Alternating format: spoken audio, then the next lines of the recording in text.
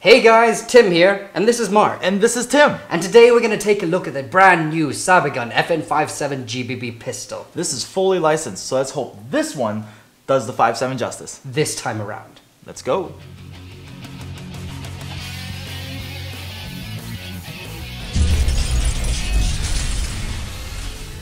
People liked the real steel version of the FN5-7 because it was something different, and it was perfect to run alongside an FNP90, mainly because they ran both the same caliber rounds. It was also very popular in quite a few computer games, as its latest showcase was in Rainbow Six Siege. Start going back in time in the world of first-person shooters, and you'll find it in COD Modern Warfare 3, where it was very popular, and then you'll end up at Counter-Strike back in the year 2000. So the airsoft version of this gun, a lot of people have really wanted to have done well. Cybergun has released two versions of this before previously, one in 2013, which was an OEM done by Marushan. Unfortunately, it wasn't done very well. Sadly, it was not. The second one was a 2014 variant, which was a CO2 variant of this gun. I don't think anybody really remembers that one, do you? Not very well. Exactly. So, this is the latest one that has come up by Cybergun to join the fray of the other 5.7s out there in the wild. At first glance, considering the real steel version is made out of polymer, I'm glad to say that this 5.7 feels much better than the previous two. That is for certain. But what we find strange is that the two previous versions have the correct gray colored safety switch, mag release, slide release, and takedown lever. This one is in all black. How they got that wrong, we will never know. But what I do like are the serrations on the rear of the slide, especially the big protrusion at the back, which only helps with racking, especially with sweatier hands. Exactly, that's a good feature. Second thing I do like about this gun is the relatively large pistol grip. It's really good for people with slightly larger hands, and the checkering on the grip is just enough where it's not too much where it's uncomfortable and it starts poking at your hands after you use it for a little bit more. What I also like is the height of the front and rear sight, albeit they could do a better job on the paint job for the front sight, especially where you can see the white paint outside its border and the black dot in the middle. Now this may be different for other Cybergun 5.7s, but it's all about consistency. I do have one gripe with this gun though. It is the ambidextrous safety selector you see right here. Operating with one hand will be relatively difficult because it is a little stiff. You might need to take your thumb on your offhand that you don't shoot with and help take it on or off of safety. But what they also did get right are the markings on the grip and on the slide itself. So without further ado, let's go chrono the gun.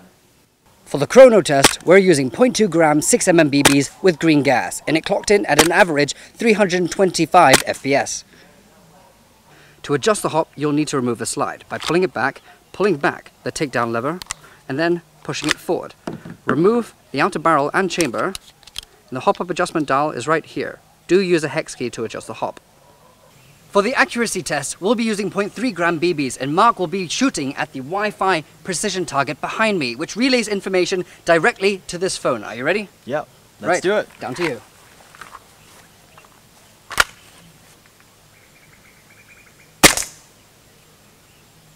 The magazine valve is very stiff in hot weather if you fill it for more than 2 seconds, especially here in Asia. Maybe it'll handle the weather better in cooler climates such as Europe and North America. Let's hope an aftermarket hammer spring will solve the issue. Alright, grouping wise, not so bad. 4 inches apart, most of the BBs hit center mass with a few to the left. How did it feel in your hands? It felt pretty good actually. The nice large grip really helped me grip it well. The checkering is very nice too. It's a hot day, hands are a little sweaty, kept it in place pretty good. The kick is very satisfying. Fun gun to shoot. We're going to take a closer look at the trigger, the recoil, in the next couple of shots. So the recoil on this gun is very satisfying with a good solid kick right to the rear with that slide traveling back. The second thing that I want to talk about is the trigger and the reset. The stroke is relatively short to the back, and the reset is very comfortable, and you can hear it very, very crisp.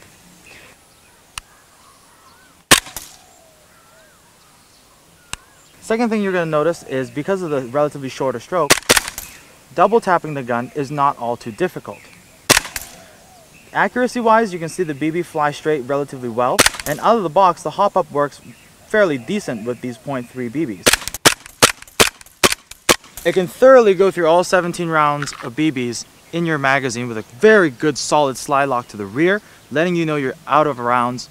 Very satisfying gun to shoot. It's fun. So let's answer a few important questions. A, is it mildly accurate? I think it's pretty accurate right out of the box. Decent gas flow. Each BB shot was pretty good. Very consistent, right down the range. Recoil. Recoil, very satisfying. Okay, how about its build? Its build is good. Some of the coloration's a little off, but that's just nitpicky. I was being very nitpicky about it. Overall, is it the best Cybergun FN5-7 out there? I would say if you're looking for a Cybergun made FN5-7, this is going to be your winner compared to the two that they've made before. There you have it, folks. If you want this cool product and many more, go to our website at www.redwolfairsoft.com, which is in the description below. See you guys on the next episode of RedWolf TV. /Marck out. See you guys later.